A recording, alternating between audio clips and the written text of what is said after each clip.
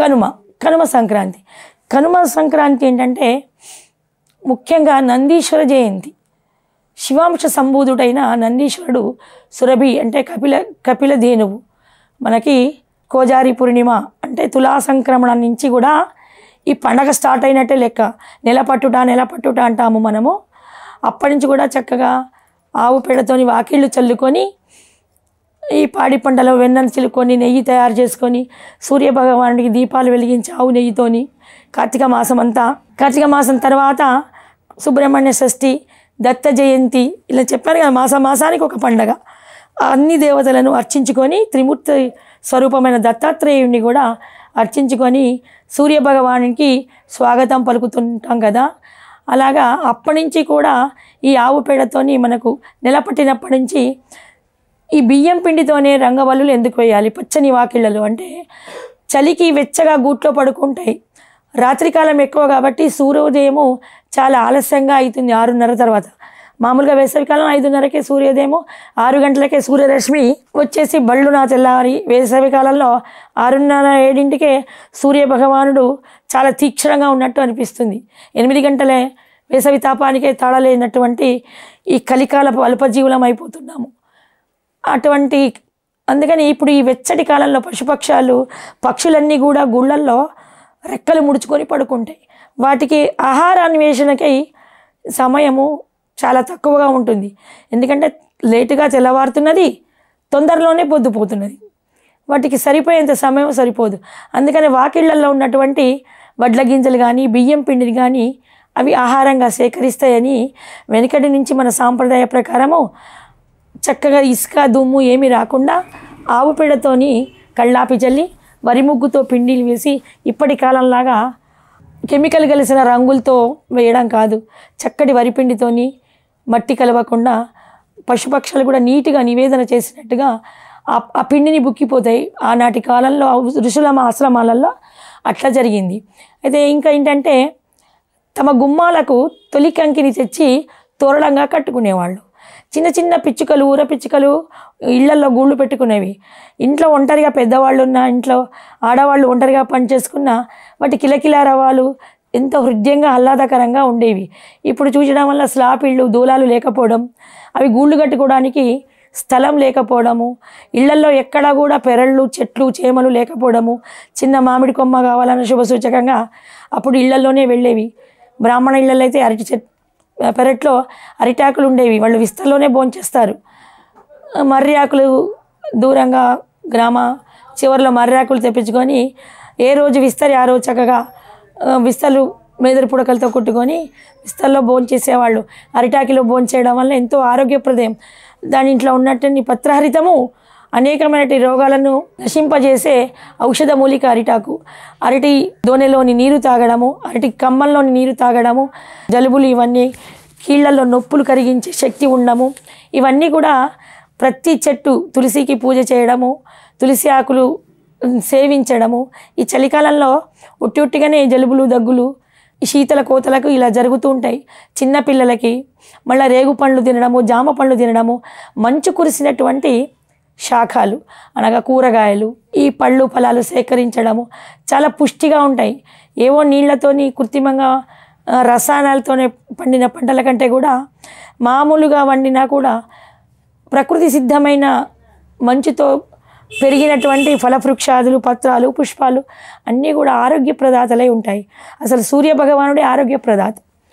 ఇలాగా మన సమాజంలో వ్యవసాయము, వన ఉత్పత్తులు, ఫల ఉత్పత్తులు, పాడి పరిశ్రమ అన్ని అభివృద్ధి దిశగా అన్ని వర్ణాల వారు సంతోషంగా ఉండే కాలం కాబట్టి మకర సంక్రాంతి చాలా విశేషమైనది, దైవతా కృతజ్ఞతగా చెప్పుకున్నాము. అయితే ఇక్కడ పశువుల పండగ అని ఏంటంటే ఒకటి నందీశ్వర జయంతి. నందీశ్వరుడు కామధేనువుకు జన్మించాడు శివాంశ సంభూతుడై. చాలా నిగరివి, నిరంతరము మనకి జ్ఞానబోధన చేసినటువంటి నందీశ్వర చరిత్ర శివపురాణాల్లో ఉంటుంది. ఈ గోసంతతికి మూలకారకుడు, ముఖ్యంగా మన వ్యవసాయానికి ఆయననే బీజం. ఈ కాలంలో అంటే ట్రాక్టర్లు, మిషనరీలు వచ్చాయి, కానీ చక్కటి 2 గిత్తలు ఉన్నాయంటే వాడు పెద్ద ధనవంతుడని, ఆ రైతు ధనవంతుడని లెక్క. అహర్నిశలు మన కోసం శ్రమించే జీవి గోవు సంతతి. నిస్వార్థంగా గడ్డి పరకలు తిని మనకి చక్కటి పాలు ఇచ్చి ఆయు పుష్టిని ఆరోగ్యాన్ని ఇస్తుంది. ఇప్పుడు మన సంస్కృతిలో ముఖ్యమైన భాగం గోవును సంరక్షించుకోవాలి, గోవును సేవించాలి. ఎన్నో సైన్సులు శాస్త్రాలు కూడా గోవు దగ్గర ఉంటే అనేక రోగాలు నయమవుతాయి, పెరాలసిస్ వంటి రోగాలు కూడా నయమవుతాయి. గోమూత్రంలో గోపంచకం అనగా గోమూత్రము, గోక్షీరం అనగా గోవు పాలు, గోదది అనగా గోపెరుగు, గోఆజ్యము ఆవు నెయ్యి, ఇవన్నీ 5 కలిపి కూడా సేవించడం వల్ల మా బ్రాహ్మణ కుటుంబాల్లో అయితే రాఖీ పూర్ణిమ, జంధ్యాల పూర్ణిమ నాడు పురుషులు, ఋషి పంచమి నాడు స్త్రీలు, అంటే పైన స్నానం చేయడం ఎంత శుభ్రమో ఈ గోపంచకాన్ని సేవించడం వల్ల నరనరాల నుండి శుభ్రపరిచి మేధాశక్తి పెరిగి అనారోగ్యాలన్నీ కూడా నిర్మూలించబడతాయి అని. గోవు పేడ ఆరోగ్యకరము. ఇప్పుడు గోపేడతోని సబ్బులు కూడా తయారు చేస్తున్నారు. గోవు విలువ తెలిసిన వాళ్ళకి ఇవన్నీ గోచరిత్ర చదివితే తెలుస్తుంది.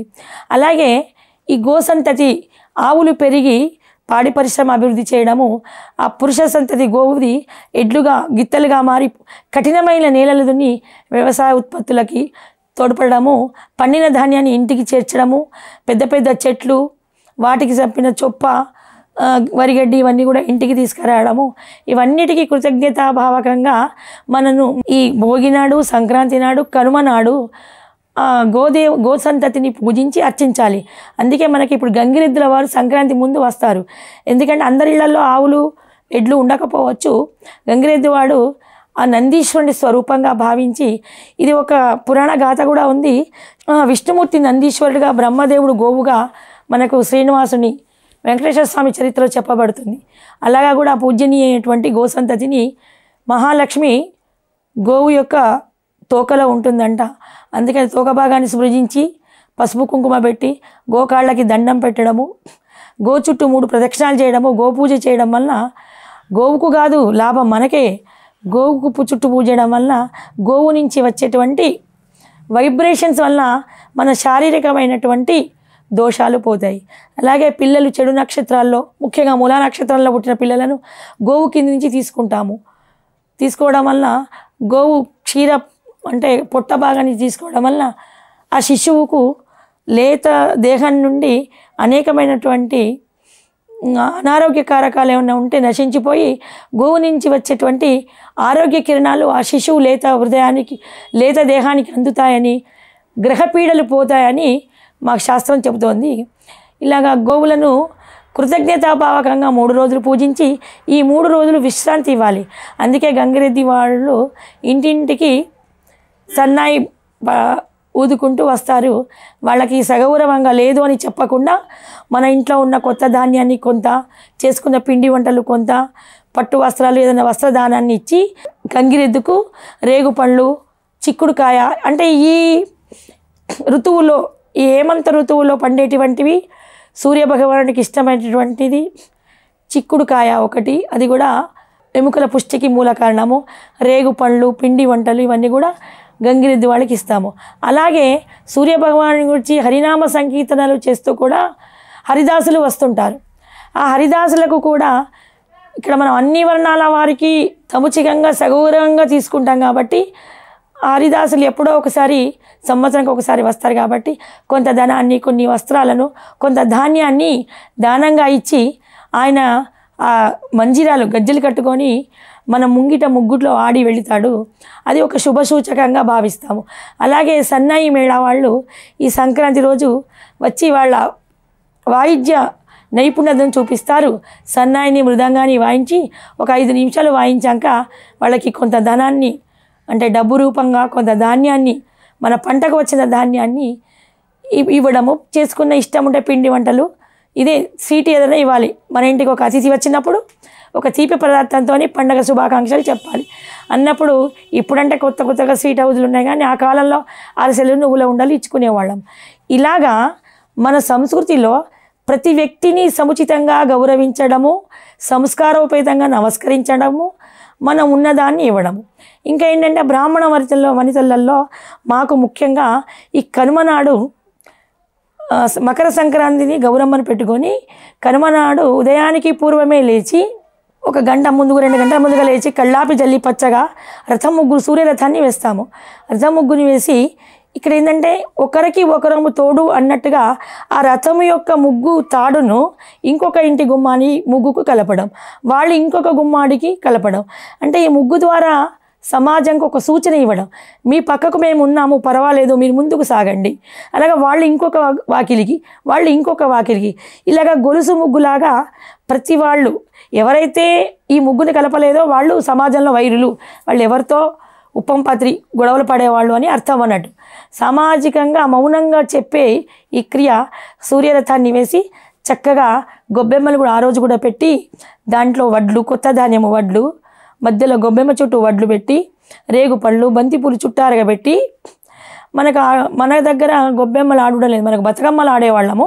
అది కూడా పువ్వులను శ్రీచక్ర రూపంగా మేరు రూపంగా అలంకరించి బతుకమ్మలో సంక్రాంతి ముందు దేవీ నవరాత్రాల్లో ఆ పండగ విశేషము. కానీ ఆంధ్ర సైడ్స్ అయితే గొబ్బెమ్మలే ఆ రోజు పెళ్లి కాని పిల్లలు మంచి వరుడు రావాలని బంతి పూలతో పూజించేము మేము, మంచి భర్తాని ఇవ్వమే గొబ్బి గౌరి అని. ఆవు పేడలో మహాలక్ష్మి ఉంటుంది కాబట్టి ఆవు పేడని గౌరమ్మ రూపంగా మేరు రూపంగా చేసి దానికి అగరబత్తులు పసుపు కుంకుమ అద్ది గొబ్బి పాటలు పాడతారు. వెనకట ఆ గోపికలు కూడా మహాలక్ష్మి స్వరూపమైనటువంటి ఆ గోమయాన్ని గౌరీ రూపంగా చేసి ఆడపిల్లలందరూ కూడా చక్కగా పట్టు ఓణీలు, పట్టు లంగాలు, పరికిణీలు కట్టుకొని చప్పట్లు చరుచుకుంటూ లయాకారంగా ఒక వృత్తాకారంగా తిరుగుతూ ఎవరిళ్ళ ముందు ఒకళ్ళ ఇళ్ళు ఆడిన తర్వాత ఇంకొక ఇళ్లలో ఇలాగా ఆడుతూ గొబ్బి గౌరిని పూజించేవాళ్ళు.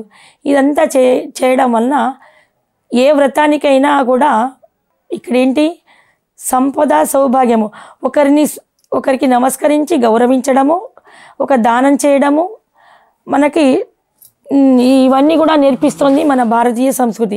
మా బ్రాహ్మణ వర్ణంలో ఈ కనుమ పండగ నాడు పొద్దున్నే ఉదయానికి పూర్వమే బొట్టు, కాటుక, గంధము, అక్షితలు అంటే కొత్త బియ్యంలోని భిన్నము కాని అక్షితం అంటే క్షేము కానిది, విరగనిది, మంచిగా ఉన్నట్టు నూక కానినటువంటి ఒక అక్షితను బొట్టుకు అడ్డంగా పెట్టి కుంకుమను నుదుట పెట్టుకొని సుహాసిని స్త్రీ భర్త ఆరోగ్యాన్ని సౌభాగ్యాన్ని కోరుకుంటూ కళ్ళకు కాటుక, చేతికి మంచి గాజులు, తలలో పుష్పాలు పెట్టి మౌనంగా తులసి కోటలో దీపం పెట్టి దైవార్చన చేసుకొని ఈ ఇంటి ముందు పెట్టిన గొబ్బెమ్మను పూజించి ఉదయానికి పూర్వమే ఎవరైనా ఒక సుహాసినికి ఈ నువ్వుల ఉండలను, నానుబియ్యాన్ని, పసుపు కొమ్ములు, చిక్కుడుకాయ ఇవన్నీ కూడా దానంగా ఇచ్చి నిన్నటి రోజు మకర సంక్రాంతి రోజు అమ్మవారిని పెట్టుకున్నటువంటి నోము 13 వస్తువులు వేసుకోవాలి.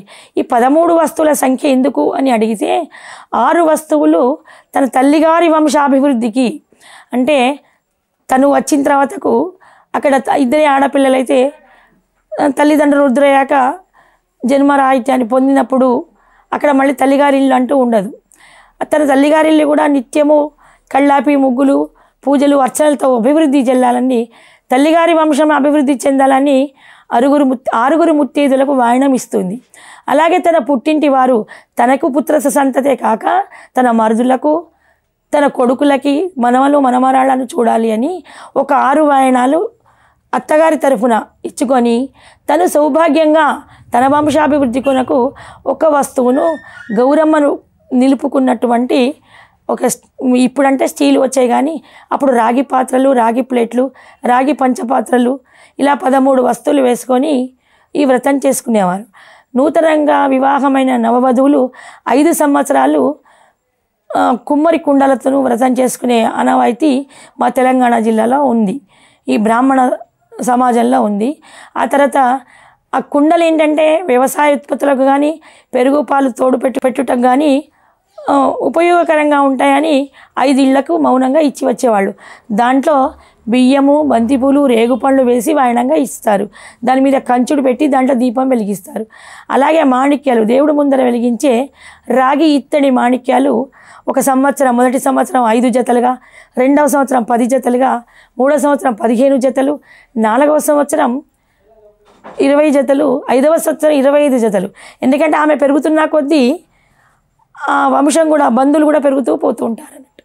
అలాగే అందరి ఇళ్ళకి కూడా తమ మాణిక్యాలు వాళ్ళ ఇంట్లో దేవత అర్చనకు ఉపయోగకరంగా ఉంటాయని ఆ వ్రతం ఒకటి. ఈ కనుమ పండుగ నాడు సంక్షిప్తమైన వ్రతాలు, కొన్ని వ్రతాలు ఏంటంటే సంక్రాంతి నుంచి హోలీ పండుగ వరకు ఉంటాయి. కొన్ని వ్రతాలంటే సంవత్సరం మళ్ళీ సంక్రాంతి వరకు. సంక్రాంతి ఒకరోజు పుణ్యమో పురుడో వస్తే పడకుంటే రససప్తమి, ఈ సంక్రాంతి తర్వాత వచ్చే సప్తమి, ఏడవ రోజు సూర్యభగవానుడు పుట్టినరోజు అంటాము. రథం ముగ్గు వేసి ఆ రోజు కూడా బ్రాహ్మణికి పెట్టుకొని పితృలకు తర్పణాలు ఇస్తాము, నది స్నానాలు చేస్తాము. ముఖ్యంగా జిల్లెడాకులతోని. ఆర్క వృక్షము అంటే జిల్లెడు. మనకి ఇప్పుడైతే జ్యోతిష్య ప్రకారము ఆర్కపుత్రిక అంటే జిల్లేడు చెట్టు. వివాహం కాని వాళ్ళకి, కుజదోషం ఉన్న వాళ్ళకి తెల్ల జిల్లేడు చెట్టుని వివాహం చేసిన, పచ్చని తలంబ్రాలు తెల్లటి జిల్లేడు ఆదివారం రోజు కానీ సప్తమి రోజు కానీ తెల్ల జిల్లేడు చెట్టు పోయడం వలన తొందరగా వివాహం అవుతుందని జ్యోతిష్యం చెబుతోంది. అలాగే పుత్ర సంతతి కావాలనుకున్నవారు, అందరూ ఆడపిల్లలే ఉండి పుత్ర సంతానం లేని వాళ్ళు ఈ రససప్తమి అనగా మనకి మాసంలో వచ్చే శుద్ధ సప్తమి, 2 తిథులు, బహుళ సప్తమి, శుద్ధ సప్తమి అని ఇట్లా వస్తుంటాయి. తిథులు 2 వస్తుంటాయి, శుక్లపక్షంలోను కృష్ణపక్షంలోను. మొదటిగా వచ్చే శుద్ధ సప్తమి రోజు రవ్వతో, అంటే గోధుమ కూడా సూర్యభగవాను యొక్క ధాన్యము, గోధుమతో రవ్వను చేసి రవ్వ పాయసం చేసి రససప్తమి నాడు ముఖ్యంగా రవ్వ పాయసాన్ని వండుతాము. రవ్వ పాయసం చేసి ఆవు పాలతోని బెల్లంతోని రవ్వ పాయసాన్ని సూర్యభగవానికి నివేదించి ఆ పాయసాన్ని భార్యాభర్తలు స్వీకరించడం వల్ల శీఘ్ర సంతానోత్పత్తి జరుగుతుంది, వంశాభివృద్ధి జరుగుతుందని కూడా జ్యోతిష్య శాస్త్రం తెలుపుతుంది. ఇలాగా మన ప్రతి పండగ కూడా మనుషులకు, మన మానవాళికి, అన్ని వర్ణాల వారికి కూడా ఎంతో ఉపయోగకరమైనది. ఇంకా మనకున్నటువంటి వృక్షాలను పూజించడము, ఋతువులను పూజించడము, వనభోజనాలు చేయడము, వనాలను పూజించడము. ఇప్పుడు మనకు సందర్భం ఏంటంటే సంక్రాంతి కాబట్టి ఏ వ్రతమైనా, ఏ ఆచరణ అయినా, మనము ఏది చేస్తున్నా దీంట్లో అంతర్లీనంగా ఉండేటువంటివి సామాజిక దృక్పథం, సమాజంలో కలిసికపోవడము, ఆ తర్వాత అనేక విధాలైనటువంటి దానము, ధర్మము, దక్షిణ, ఇవన్నీ కూడా శుభ ఫలితాలు ఇచ్చేటువంటి మన భారతీయ సంస్కృతి. అంటే అందరికీ కొంతవరకే తెలుసు. నేను ఇప్పుడు చెప్పిన విధానము కొన్ని ప్రాంతాల వారు చేస్తారు, కొన్ని ప్రాంతాల వారు చేస్తారు. అందరూ అన్ని చేయాలని, ఎవరికి వీలుని బట్టి వాళ్ళు, ఎవరి శక్తి అనుసారంగా వాళ్ళు చేస్తున్నారు. సమాజం మారుతున్నప్పుడు ఏంటంటే పల్లెటూళ్ళల్లో నివసించలేక పట్టణాల్లో ఉండడం వల్ల కొందరు చేయలేకపోవచ్చు. కొంతలో కొంతైనా కూడా మన సంస్కృతికి చేయడం, మన సంస్కృతిని నిలబెట్టుకోవడం, మనం నేర్చుకున్నది ముందు తరాల వారికి అందించాలి అనే ఒక భావనతోని మీకు ఇవన్నీ కూడా నేను వివరంగా చెప్పాను. మీరే చేయకపోతే, తల్లిదండ్రులకే తెలియకపోతే, ఇప్పుడు మా అమ్మ నాన్నల నుండి, తాత ముత్తాతల నుండి మేము నేర్చుకున్న ఇది మన భారత సంస్కృతి, మన పండగలు, వాటికి చేయాల్సిన పనులు, ఇలాగా నేర్చుకొని మేము మా పిల్లలు కూడా చేస్తే వాళ్ళ పిల్లలకి అర్థవంతంగా కథానుసారంగా చెప్పి చేస్తే, ఎందుకు చేస్తున్నారో తెలియదు అని అనకుండా ఇలా చేయడం వల్ల ఇప్పుడు నేను చెప్తున్నట్టు ఈ సుహాసిని పూజ ఉదయారంభంకే స్త్రీలు లేవాలి, ఒక సంస్కారం అన్నట్టు. అలా లేవడం వల్ల పొద్దునే ఉదయారంభం వెళ్ళి చక్కగా అందరు లేసే వేళకి ఇల్లాలు స్నానం చేసి శుచిశుభ్రంగా వండడం ఆరోగ్యప్రదం. స్నానం చేయకుండా వండడం వల్ల అనారోగ్యమైన కారకాలు దేహంలో, చేతులలో ఉండిపోతాయి. డైరెక్ట్గా టాయిలెట్ నుంచి వచ్చే వంటలు చేసేయడం అనేది చాలా హేయమైన పని. ఎవరైనా సరే వంట చేసేటప్పుడు అగ్నిహోత్రం, మనం పంచభూతాలలో మనం ముందుగా అర్చించేది అగ్నిహోత్రుని. ఆ అగ్నిహోత్రుని ఇప్పుడు అంటే అగ్ని ద్వారా, లైటర్ల ద్వారా గ్యాస్ స్టవ్లు వెలిగిస్తున్నారు. అది కూడా ఒక అగ్ని తేజస్సే కదా, దాని మీదే అది కూడా దైవమే. స్నానం చేయకుండా అశుభ్రమైన బట్టలతోని అగ్నిని వెలిగించకూడదు. కనీసం వీలు కాకపోతే 3 సార్లు తలమించి పుండరీకాక్ష అని చల్లుకోవడం వల్ల ఈ 3 సార్లు చల్లుకోవడం వల్ల దేహం శుద్ధి అవుతుంది. అలాగా చక్కగా చేతులు కడుక్కొని పాలను కాచడము, పిల్లలకి స్కూళ్ళకి క్యారీలు కట్టడము, ఇవన్నీ కూడా స్నానం చేసి చేయాలి. చేయడం వల్లే కుటుంబ సభ్యులందరూ కూడా ఆరోగ్యప్రదంగా ఉంటారు. ఇవన్నీ కూడా ఒక సమాజంలో మనం నేర్చుకుంటే మన ముందు తరాల వారికి అందించగలుగుతాము. ఏ వ్రతమైనా, ఏ కార్యక్రమమైనా చక్కగా నీతి నియబద్ధత క్రమశిక్షణతో చేయడం వలన శుభ ఫలితాన్ని పొందుతాము. నేటి సందర్భోచితమైనటువంటి సంక్రాంతి 3 రోజుల పండగ. ముక్కనుమ అనేది 4వ రోజు చేసేది ముందుగా మీకు తెలిపాను. ఇటువంటి అవకాశం ఇచ్చినందుకు సుమన్ టీవీ వారికి హృదయపూర్వక ధన్యవాదాలు. తప్పకుండా నేను చెప్పిన విషయాలు ఆచరణీయంగా ఉంటాయని ఆశిస్తూ మీరందరూ శ్రద్ధగా ఆలకిస్తారని ఆశిస్తున్నాను. జై శ్రీరామ్.